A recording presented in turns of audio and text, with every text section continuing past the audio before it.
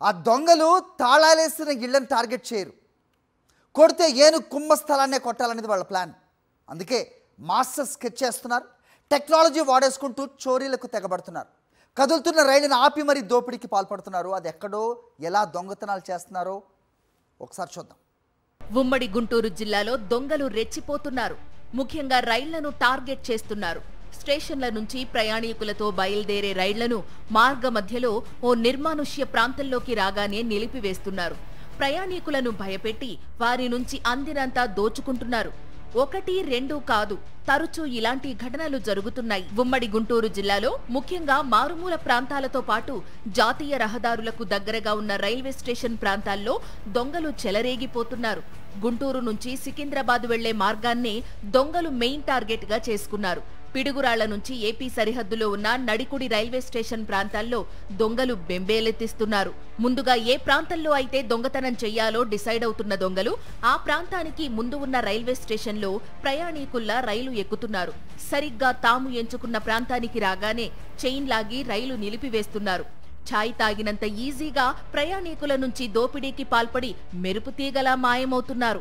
దొంగతనాల కోసం అత్యంత ప్రమాదకరమైన రైల్వే సిగ్నల్స్ ను ట్యాంపరింగ్ చేస్తున్నారు. ఇందుకోసం అనేక పద్ధతుల్ని ఫాలో అవుతున్నారు దొంగలు. రైల్వే స్టేషన్లకు సమీపంలోని సిగ్నళ్లకు అనుసంధానంగా ఉండే జంక్షన్ బాక్సుల్లో షార్ట్ సర్క్యూట్ అయ్యేలా చేసి సిగ్నల్ ను ట్యాంపరింగ్ చేస్తున్నారు. అంతేకాదు, రైల్వే సిగ్నలింగ్ సర్క్యూట్ బోర్డులను పగలగొట్టి సిగ్నల్ పడకుండా చేస్తున్నారు. ట్రైన్ ఆపడానికి రెడ్ సిగ్నల్ పడేటట్లు చేస్తున్నారు. సిగ్నల్ వ్యవస్థ వైర్లను కత్తిరించి సిగ్నల్ పడకుండా చేసి ట్రైన్స్ ను ఆపుతున్నారు. ఇలా అనేక రకాలుగా రైళ్లను ఆపి నిలువు దోపిడీ చేస్తున్నారు. సరిగ్గా నెలన్నర క్రితం విశాఖ చర్లపల్లి స్పెషల్ ట్రైన్ ను గంటన్నరకు పైగా నిలిపివేశారు. S4, S7 భోగిల్లోకి చొరబడి నిద్రపోతున్న ప్రయాణికుల మెడల్లో బంగారు ఆభరణాలు లాక్కుని క్షణాల్లో మాయమయ్యారు. ఈ ఘటన జరిగి 24 గంటలు గడవక ముందే తుమ్మల చెరువు రైల్వే స్టేషన్ వద్దకు విశాఖ ఎక్స్ప్రెస్ వచ్చిన వెంటనే S1 బోగిలో ఉన్న దొంగలు చైన్ లాగి ట్రైన్ నిలిపివేశారు. వెంటనే అప్రమత్తమైన రైల్వే పోలీసులు రైల్లోకి దొంగలు ఎంటర్ అయ్యారు, జాగ్రత్తగా ఉండండి అంటూ హెచ్చరించారు. రైల్వే పోలీసులు అలర్ట్ గా ఉన్నారని పసిగట్టిన దొంగలు ట్రైన్ దిగి రైలుపై రాళ్లతో దాడి చేశారు. 10 నిమిషాల పాటు రాళ్లతో దాడి చేయడంతో రైల్వే పోలీసులు ఫైర్ ఓపెన్ చేశారు. 3 రౌండ్లు కాల్పులు జరపడంతో దొంగలు అక్కడి నుంచి పరారయ్యారు. ముఖ్యంగా రాత్రిపూట నడిచే విశాఖ ఎక్స్ప్రెస్, నర్సాపూర్ ఎక్స్ప్రెస్ రైళ్లను దొంగలు టార్గెట్ చేసినట్టు కనబడుతోంది. 4 రోజుల క్రితం నడికుడి సమీపంలో దొంగలు చైన్ లాగి నర్సాపూర్ ఎక్స్ప్రెస్ నిలిపివేశారు. S1, S2, S3 బోగీల్లో ప్రయాణికుల నుంచి 7 లక్షల విలువైన బంగారు ఆభరణాలు దొంగతనం చేసి పరారయ్యారు.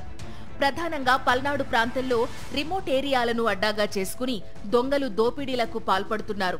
ఈ ప్రాంతంలో రైల్వే ట్రాకు అద్దంకి, నార్కెట్పల్లి హైవేకు దగ్గరగా ఉంటుంది. దొంగలు రైలులో దొంగతనాలు చేసి జాతీయ రహదారిపైకి చేరుకుని పారిపోవడానికి సులభంగా ఉంటుంది. అందుకే ఈ ప్రాంతాలను దొంగలు ఎంచుకున్నారని రైల్వే పోలీసులు చెప్తున్నారు. వరుస దొంగతనాలతో పల్నాడు ప్రాంతంలో రాత్రిపూట వచ్చే రైళ్లలో నిఘా పెంచారు రైల్వే పోలీసులు. పోలీసులు గస్తీ పెంచడంతో ఇప్పుడు దొంగలు రూట్ మార్చారు. తాజాగా కృష్ణా కెనాల్ జంక్షన్, మంగళగిరి మధ్య 2 రైళ్లలో దొంగతనం జరగడం కలకలం సృష్టించింది.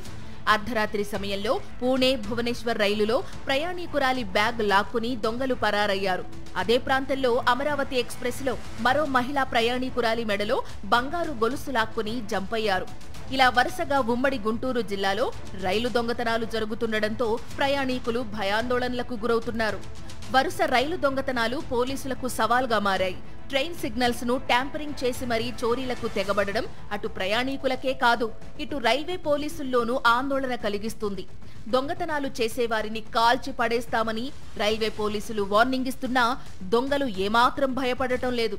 పోలీసులు ఒక రూట్లో గస్తీ పెంచితే దొంగలు మరో రూట్లో చోరీలకు తెగబడుతూ సవాల్ విసురుతున్నారు.